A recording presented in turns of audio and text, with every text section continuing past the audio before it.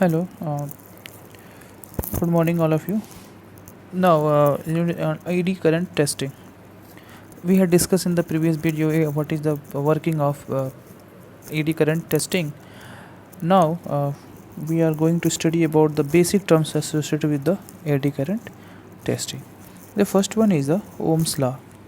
Ohm's law. Ohm's law. Already you all of know about the Ohm's law. Yeah, you all of the introduce about the uh, Ohm's law. It is the basic law of electricity and it relates the fundamental electrical quantity where V is equals to ER, V is equals to ER. So what is V? V is equals to voltage, E is equals to electrical current and R is equals to resistance. And the unit of voltage is volt, unit of electrical current is ampere and resistance is ohms. This is the first terms which is associated with the AD current testing. Now, second is the electrical conductivity. Electrical conductivity. What is electrical conductivity? It is the reciprocal of resistivity and its unit mho meter. Its unit is very important. Actually, it is the reciprocal of the resistivity and its unit is mho meter. So keep in mind, my dear student, unit of the electrical conductivity is mho meter. And the third one is electrical field intensity. So it is the voltage difference between two nodes located at the separate distance. That is electrical fluid field intensity, which is the another terms which is associated with the AD current testing. And the fourth one is the current density. Current density. What is current density? It is the current per unit of specimen area. That is current density, which is denoted by J, and J is equals to I upon A. That is not V, that is I upon 1, because it is the current per unit of specimen area. That is the current density. The next is the electrical impedance. What is electrical impedance? It is the total opposition offered by conductor to alternating current. It is the total opposition offered by conductor to alternative current. That is electrical impedance. And the next one is inductance. Inductance, it is the effect produced on flowing current by induction in an electrical circuit. It's called as inductance or self-inductance. Means it is the defect of produce on flowing current. जो हमारा flow जो current हमारा flow करता है उसकी वजह से जो चीज़ें प्रोड्यूस होती हैं by induction in electrical circuit is called the inductance or self-inductance. And the next is the Lenz law. Lenz law. What is Lenz law? It states that the direction of an induced current is such as to oppose the cause of producing it. ठीक है, तो this is the Lenz law, and these are the terms associated with the AD current testing. It's mean these are the terms which play the very vital role in the AD current testing to find out or detect the defect of in the test specimen. So these are the terms are very important with respect to the AD currents. Now there are some factors which is affecting the AD current. There are some factors which are affecting the AD current. So there are several factors are responsible for correct inspection as discussed below. The first is the defects. There are two general classification of defects, that is the cracks and corrosion. Basically defects there are two types, which first one is the cracks and second one is the corrosions. The cracks causes a distortion in the flow of AD current. When the AD current is flow, then due to the distortion the cracks are generated, which results in the reduction in the strength. If the crack is taking place, then strength of the material is going to reduced of AD current. For effective identification of defects, proper calibration of flaw detector is very important. Actually calibration basically use ही इसलिए किया जाता है कि जब defects आने शुरू हो जाते हैं, डिफेक्ट आते हैं या फिर मेजरिंग इंस्ट्रूमेंट जितने होते हैं उसमें अगर हम देखते हैं कि डिफेक्ट्स आते हैं तो कैलिब्रेशन करके हम उसको इसको इम्प्रूव कर लेते हैं, और उससे क्या होता है कि हमारी चीज़ें जो है फिर से जो है एग्जैक्ट वैल्यू हमें मालूम चलने लगती हैं या फिर हम चीज़ों को इम्प्रूव कर लेते हैं. और the second is the frequency. Actually, in case of eddy current or in case of ultrasonic testing, if we are talking about these techniques, the frequency is playing the very vital role in controlling phase, density, depth of penetration.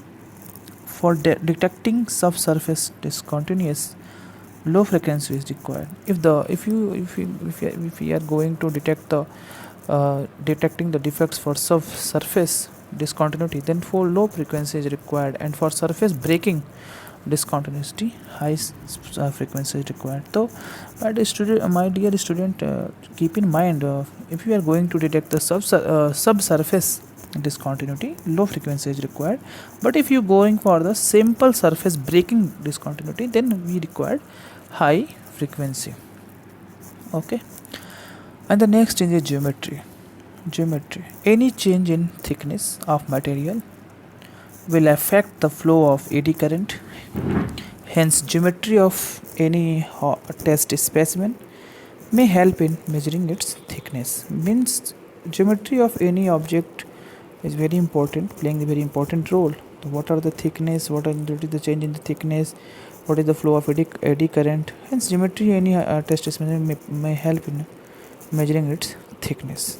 Okay, and the next thing was the conductivity. By measuring conductivity, hardness, temperature, residual stresses, thickness of the conductive coating and identification of base metals and their alloys can be evaluated easily. Conductivity is also playing a very important role. By this measuring the conductivity, measure the hardness. What is the hardness of the what is hardness and toughness of the material? What is the temperature varying capacity of the material? What is the residual stresses? And what is the thickness of the conductive coating and identification of base metals and their alloys can be evaluated easily. And the next is the proximity.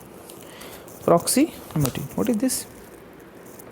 It describes any space between the test specimen and the inspection coil. Proximity has two governing factors, that is lift off and fill factor. Both impose an identical effect on eddy current. Lift off is applied to test specimen coil or surface coil, and fill factor is applied to the internal coil. So my dear student, the most important point is noted down. They both impose an identical effect on eddy current, but lift off is applied to the test specimen coil and surface coil, but the fill factor is applied to internal coil. So keep in mind the basic difference of the lift off and the fill factor. So these are the factor affecting eddy current. Moving to the next topic. The next topic is absolute probe. Absolute probe means what is absolute transducer. What is this? It consists of a single test well placed on the test specimen, which is used to generate the eddy current, and secondary coil called as balance load. तो first coil जो होता है वो basically use होता है eddy current को use करने के लिए. जो सेकंड कॉयल आप डायग्राम में दिख रहे हैं वो होता है बैलेंस करने के लिए लोड को, which balances the bridge circuit. क्या करता है? ब्रीज सर्किट को बैलेंस करता है. व्हेन एसी में alternative current is passed through test coil. जो टेस्ट कॉयल है जब उसके थ्रू हमारा एसी करंट पास करता है तो a magnetic flux is generated. तो क्या होता है? उसके चारों तरफ एक मैग्नेटिक फ्लक्स जनरेट होता है ऑफ द कॉयल के चारों तरफ एक मैग्नेटिक फ्लक्स जनरेट होता है. कब? जब हमारा अल्टरनेटिव करंट जो है उसके कॉयल या सर्किट के थ्रू पास करता है तो कॉयल के चारों तरफ जो है मैग्नेटिक फ्लक्स जो है जनरेट होता है. तो when coil is brought in proximity to conductive material, eddy current are generated. Okay, तो क्या होता है कि जब ऐसा होता है तो जो कॉयल होता है वो किसी भी प्रॉक्सिमिटी कंडक्टिव मटेरियल के थ्रू जाता है, तो एडी करंट हमारा क्या होता है, जनरेट होता है। बेसिकली एब्सोल्यूट प्रोब जो यूज होता है वो एडी करंट जनरेशन के लिए होता है, ठीक है। तो वहाँ पे एडी करंट हमारा जनरेट होता है, ठीक। Which appears as a resistance to the coil, जो कि कैसा दिखता है, जो अपीयर्स होता है as a resistance to the coil का जैसे दिखता है। This result in change in impedance of the test coil and measuring this change using absolute coils. It's mean कि ये जो रिजल्ट हमें दिखता है change in the impedance of the test coil और मेजरिंग दिस चेंजिंग, तो हमें अगर ऐसा करना है तो हमें एब्सोल्यूट प्रोब या एब्सोल्यूट ट्रांसड्यूसर का यूज करना पड़ेगा। तो absolute transducer consisting some component, some important factor. The first one is required display, detector, resistor coil, test coil. The figure coils configuration in absolute probe, which is seen here. This is the block, this is the circuit diagram. So my dear student, you have notes regarding this topic, so put your notes just in front of yourself and follow this video, so you should understand better. So the next is the differential probe, and differential probe means differential transducer. What is it?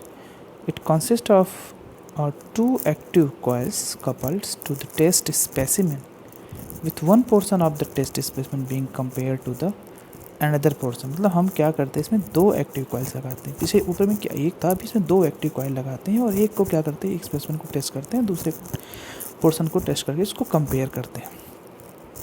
When a flawless test specimen is tested using this probe, no differential signal is developed between their two active coils.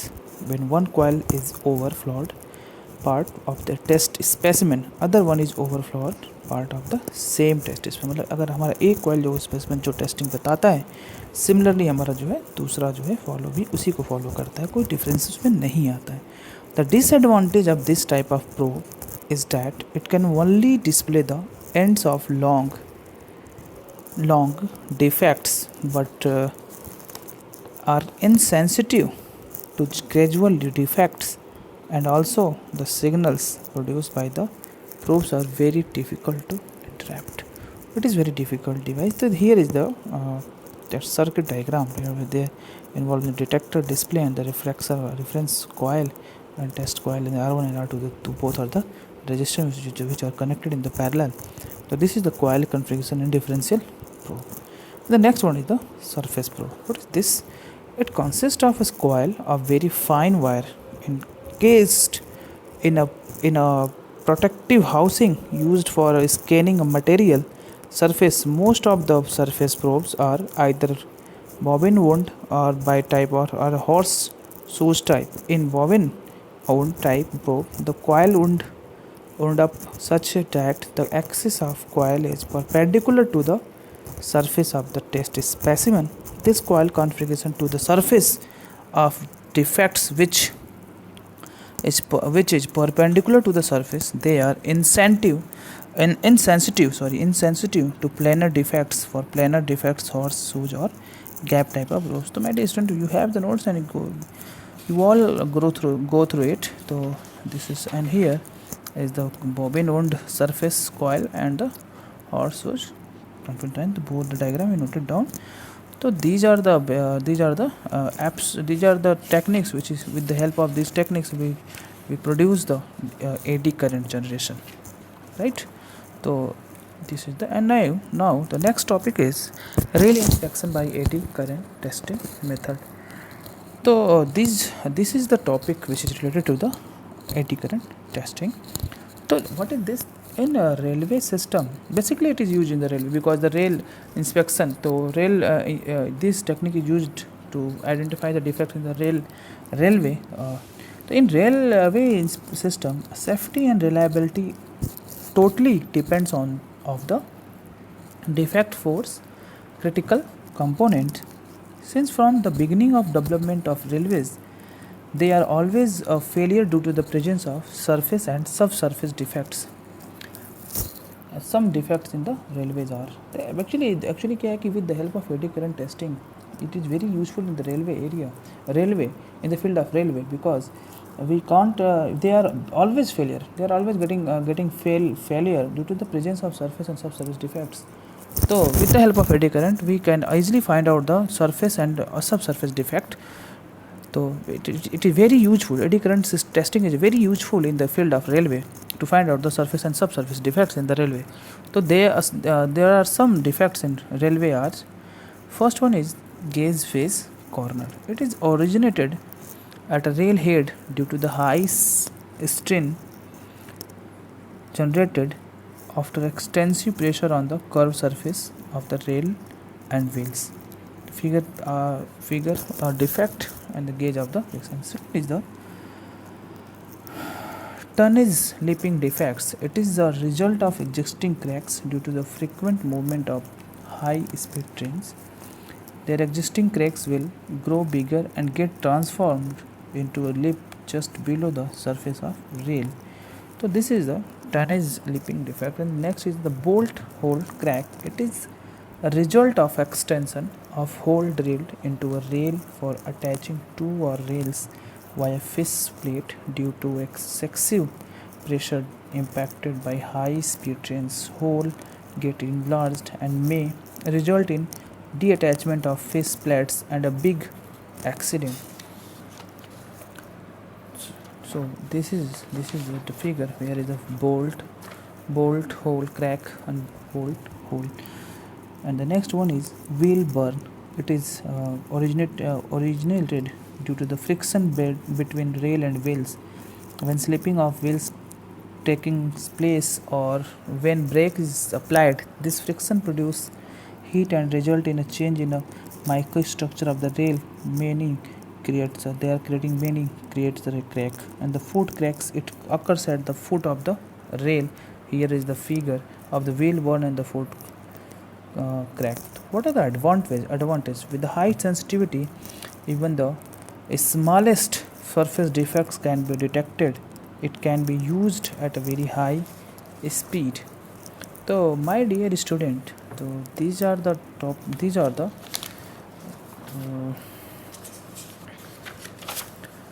inspection railway